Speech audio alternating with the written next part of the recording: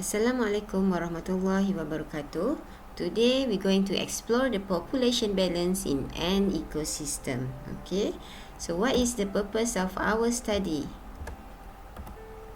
The purpose is to understand how density dependent and density independent factors affect the species populations in an ecosystem. So I know it's kind of fancy word, but worry not. Inshallah, I will explain it to you throughout this lesson. Okay, in this lesson you will be discovering how and why populations of plants and animals change in an ecosystem. You know what is ecosystem, right? Okay, our ecosystem contains a food web or food chain that contains producers and the consumers. Okay, you know the producers is the plant, because the plant produce the food that supplies the main source of energy for the food web, and the consumers is the one that eat the producers or other consumers, and this will converting the food energy to other form. And lastly, the composers is the one that feed on the remains of the producers and consumers. This serve to break down the organic material. So the example of decomposers usually is fungi and bacteria or worm. Okay, this is some of the example of food chain. You have plant, grasshopper consume the plant, and then frog will consume the grasshopper, snake will eat the frog, and later on owl will consume the snake, and the owl will be decomposed by the fungi and the worms. Okay, this is another example. Okay, and each food web can be considered a collection of interconnected food chain. Okay, you can see there is so many connection between the producers and the consumers. It's not always one straight line. It can be web. Okay, and to understand more on how they connect, we will discuss on the plant moose wolf food chain. So in this lesson, I will use plant, moose, and wolf as the example. Okay, here we go. So this is a moose and the wolf. Alright, all ecosystem must have a balance between the number of producers and the number of consumers. So we don't want the producers to be so much, a lot of producers, but there is no consumers. So there is no balance. We need a balance in life, right? So the producers numbers and the consumer number have to be balanced. So how Allah balance this ecosystem? Okay, we did not control this balance, but Allah did. Okay, Allah knows better. I will show you how. Okay, first of all, you need to understand what is density independent means. Okay, weather is an example of density independent. Okay, it is something from outside the population. So the weather, you cannot control the weather, right? But the weather can control you, because the weather can affect the populations of the plant, the animals, and even the human. Okay, just as weather affect us, it also affect the plants and animals.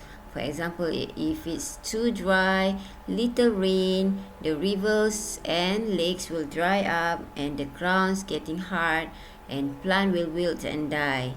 And when plants die, animals get thirsty, animals doesn't have food, so eventually the animals will die also. So weather is the density independent factor.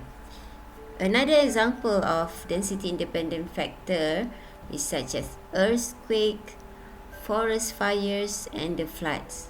All of these density independent factor can cause population to be decreased, and the number of plants getting decreased, okay, getting low, and the animals also will getting low if the plants getting low. So that is why weather, earthquakes, forest fires, and the floods are this density independent factor. Okay. For example, the weather can increase or decrease the moose population by changing the amount of food available. Okay. For example, weather, wet summers. During wet summers, okay, the grass and the trees will grow flourishly. So many grass, so many trees, so many fruits. Hence, the moose population will increase because of there is so many food, so much food. There are abundance of it. So moose will produce young. They will eat more. They're healthy. So they produce more, so the moose population will start to increase. Okay, but the weather is not dependent on how many moose there are. The weather not depend on the number of the moose, right? So even though the number of moose is increasing or decreasing, the weather is just like that. The weather is the weather. Allah knows which Allah wants to to produce the rain at that area, or Allah wants to make the area to be very hot, very dry. So that is not depends, the weather is not depends on the number of the moose. Whether the moose increasing or decreasing, it doesn't matter. Weather is just weather. So that is why weather is independence of the moose population. Okay, hopefully you understand that. Independent means that weather does not depend on the moose population, but the moose population depend on the weather, because when the weather get for example, wet summer produce so many grass and tree, so the moose population will start to increase. Okay, the same. Weather is independent of the moose population. In contrast, a lack of food because of the overfeeding. Overfeeding means that when there is lots of moose, and the moose started to eat more, and they are enjoying the grass, they are enjoying eating it, but suddenly it's overfeeding. So the lack of food because of overfeeding is a density dependent factor, because the overfeeding is caused by a higher density of moose, means the moose population increase. So it gets overfeeding, and it will cause the lack of food, the lack of grass. Okay, lots of moose, okay, they are started to enjoy eating the grass, and suddenly the grass started to scarce or started to drop, it decrease. So the moose is density dependent to the grass. Okay, meaning that they depend on each other lah. The number of these moose will cause the drop number of the food. So it calls density dependent. The amount of food is dependent on the number of moose. So they depend on each other. If the number of moose increase, this one will decrease. Okay. For example, if you eat your M&Ms alone, kan, so it may take 1 day to finish it. Okay, 1 day to finish the small pack of M&M. But if you share it with your brothers or sisters, the M&M will decrease more rapidly, more faster than if you eat it alone. So if your father and mother come and eat with you, what happen? It will decrease more rapidly. So that is why the number of moose will depends the amounts of food it eat. Alright.